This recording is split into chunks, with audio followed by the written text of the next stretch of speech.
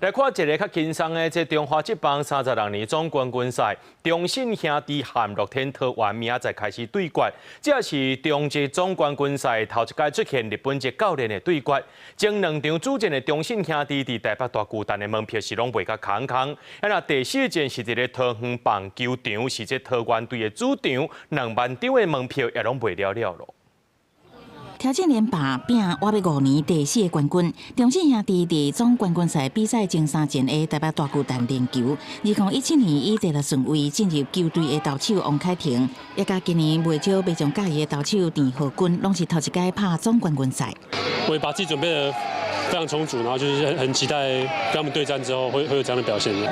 在台湾大赛能够站在投手球上面，我觉得对我来讲是一件蛮开心的事情，然后也是达成自己一个小的目标。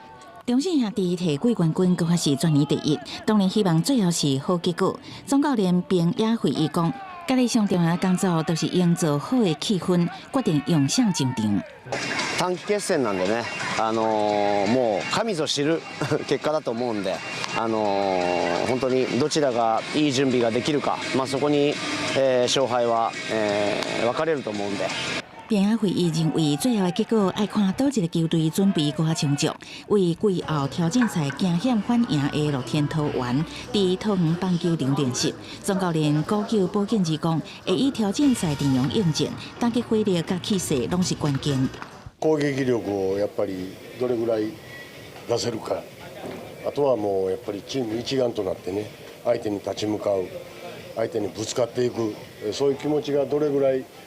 一つになれるかっていうところだと思うんですよね。中信兄弟甲乐天桃园进前有5届比赛，2014、2015、2017、2019拢是原队拍赢。2022由林威祖带队横扫3号区带队的乐天桃园，本季会由上拍赢，真受大家注意。